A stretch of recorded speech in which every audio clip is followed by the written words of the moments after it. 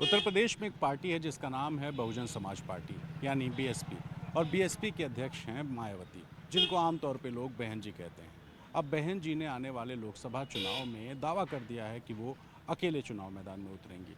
आमतौर पे बहन जी किसी भी चुनाव में अपने प्रत्याशियों का ऐलान काफ़ी पहले कर देती हैं, लेकिन इस बार बहन जी की राह पर बीजेपी और समाजवादी पार्टी चले, जिन्होंने अपने प्रत्याशी ऐलान कर दिए, लेकिन बहन जी ने ऑफिशियली कोई लिस्ट जारी नहीं की, बल्कि वो अपने संगठन के नेताओं से मिल रही हैं और उन्हें चुनाव लड़ने के लिए अपनी स्वीकृति दे रही हैं। और जैसे ही बहन जी की पार्टी के 5 प्रत्याशियों का नाम सामने आया, विपक्ष परेशान हो गया।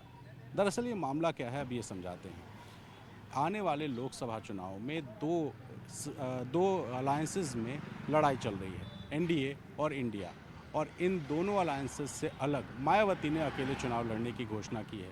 यानी मायावती की पार्टी बीएसपी ना एनडीए के साथ जाएगी और ना ही इंडिया अलायंस के साथ। हालांकि इंडिया अलायंस में शामिल कांग्रेस और समाजवादी पार्टी के तमाम नेता ये कह रहे हैं कि बहन जी से बातचीत हो रही है, बहन जी को इंडिया अलायंस में लाने को लेकर के सकारात्मकता दिखाई दे रही है। लेकिन बहन जी हैं जो कि जनवरी के महीने में अपने जन्मदिन के दिन भी ये कहती नज़र आई थी कि वो अकेले चुनाव लड़ेंगी, और उसके बाद बार बार वो सोशल मीडिया के पोस्ट पर ये बताती हैं कि उनकी पार्टी किसी के साथ गठबंधन नहीं करेगी। लेकिन बहन जी की पार्टी के 5 प्रत्याशियों का नाम जब बाहर आया तो विपक्ष परेशान हो गया। दरअसल ये कहानी क्या है, 4 ऐसे ज़िले हैं जिन ज़िलों में, जिन लोकसभा सीटों पर मायावती ने मुस्लिम प्रत्याशी उतारे हैं। यानी 5 में से 4 सीटों पर मुस्लिम प्रत्याशी, और यही है विपक्ष के डर की वजह। अब आपको पूरी कहानी समझाते हैं। दरअसल यूपी में मुस्लिम आबादी 18 से 20% मानी जाती है, और इस 18 से 20% मुस्लिम आबादी पर विपक्ष में समाजवादी पार्टी भी अपना दावा करती है कि मुस्लिम उसके साथ रहेगा।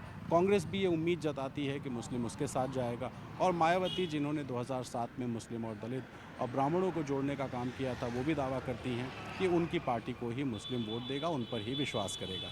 अब मुस्लिम समाज किसकी तरफ जाएगा ये तो खैर वही जाने, लेकिन जब प्रत्याशियों के नामों के ऊपर गौर करेंगे तो आपको दिखाई देगा कि भारतीय जनता पार्टी, जिसका एजेंडा साफ है हिंदुत्व और विकास, इस 2 एजेंडे की वजह से उसके ऊपर मुस्लिम वोट बैंक उसके साथ आ जाएगा, उसको कोई उम्मीद नहीं है। फिर भी बीजेपी ये कोशिश कर रही है कि मुस्लिम समाज उसके साथ है, और इसीलिए अल्पसंख्यक मोर्चा एक के बाद एक अभियान चला रहा है। हालांकि बहुत बड़ा कोई मुस्लिम समूह बीजेपी के साथ आ जाएगा, इसकी संभावना बेहद कम रहती है। लेकिन अब बात करें समाजवादी पार्टी की। समाजवादी पार्टी की जो लिस्ट अब तक जारी हुई है, जो कि 30 प्रत्याशियों के, इस 30 प्रत्याशियों में सिर्फ 2 मुस्लिम प्रत्याशी हैं। इकरा, जो कि पश्चिमी उत्तर प्रदेश से आती हैं, और अफजाल अंसारी, जो पूर्वी उत्तर प्रदेश में गाज़ीपुर से चुनाव लड़ेंगे। इन 2 के अलावा एक और प्रत्याशी का नाम घोषित हुआ था, जिसका नाम था शफीकुर रहमान बर्क, जो सबसे बुजुर्ग सांसद थे। समाजवादी पार्टी ने एक बार फिर उन्हें टिकट दिया था, लेकिन हाल ही में उनका निधन हो गया। ऐसे में सपा की लिस्ट में सिर्फ 2 नाम हैं, जबकि नाम आ चुके हैं 30 के, और बीएसपी के 5 में से 4 प्रत्याशी मुस्लिम हैं। अब मुस्लिम वोट कैसे करता है? मुस्लिम समाज के बारे में ये कहा जाता है कि या जो बीजेपी को हराने में सक्षम हो, मुस्लिम उसको वोट देगा, या फिर जिसने अपना प्रत्याशी मुस्लिम दिया हो, मुस्लिम उसके साथ जा सकता है। और ऐसा ही कुछ दिखाई दिया था आजमगढ़ लोकसभा के उपचुनाव में। अखिलेश यादव 2019 में सांसद बने, लेकिन 2022 के चुनाव में उन्होंने तय किया कि वो करहल विधानसभा से चुनाव लड़ेंगे। चुनाव लड़े, चुनाव जीते, और डिसाइड किया कि वो सांसद नहीं बल्कि विधायक रहेंगे, और इस वजह से आजमगढ़ की सीट खाली हो गई। और जब वहाँ उपचुनाव हुआ तो भारतीय जनता पार्टी ने निरहुआ को टिकट दिया, और समाजवादी पार्टी में अखिलेश यादव ने अपने चचेरे भाई धर्मेंद्र यादव को मैदान में उतार दिया। धर्मेंद्र यादव बनाम निरहुआ की लड़ाई दिखाई दे रही थी, लेकिन बहन जी यानी मायावती ने वहाँ पर टिकट दिया गुड्डू जमाली को। अब गुड्डू जमाली चुनाव लड़े, चुनाव भले नहीं जीते, लेकिन समाजवादी पार्टी का गेम उन्होंने तहस नहस कर दिया, क्योंकि गुड्डू जमाली को कुल वोट आए 2,66,000, और 2,66,000 वोट पाके उन्होंने समाजवादी पार्टी का पूरा गेम प्लान बिगाड़ दिया। कुछ इसी तरह का गेम प्लान आने वाले लोकसभा चुनाव में विपक्ष को बिगड़ने का डर बहन जी से लग रहा है, और इसी वजह से कांग्रेस के प्रभारी अविनाश पांडे बार बार बहन जी से ये अपील कर रहे हैं कि बहन जी को अपने फैसले पर पुनर्विचार करना चाहिए और उन्हें इंडिया अलायंस में आ जाना चाहिए। लेकिन बहन जी हैं जो बार बार ये बता रही हैं कि वो, उनका जो फैसला अकेले चुनाव लड़ने का है, वो फैसला अडिग है, अटल है, और इसी वजह से विपक्ष परेशान है। यूपी में बहन जी की राजनीति की अगर बात करें तो 2014 में बीएसपी का जो सीटें आई थी वो शून्य थी।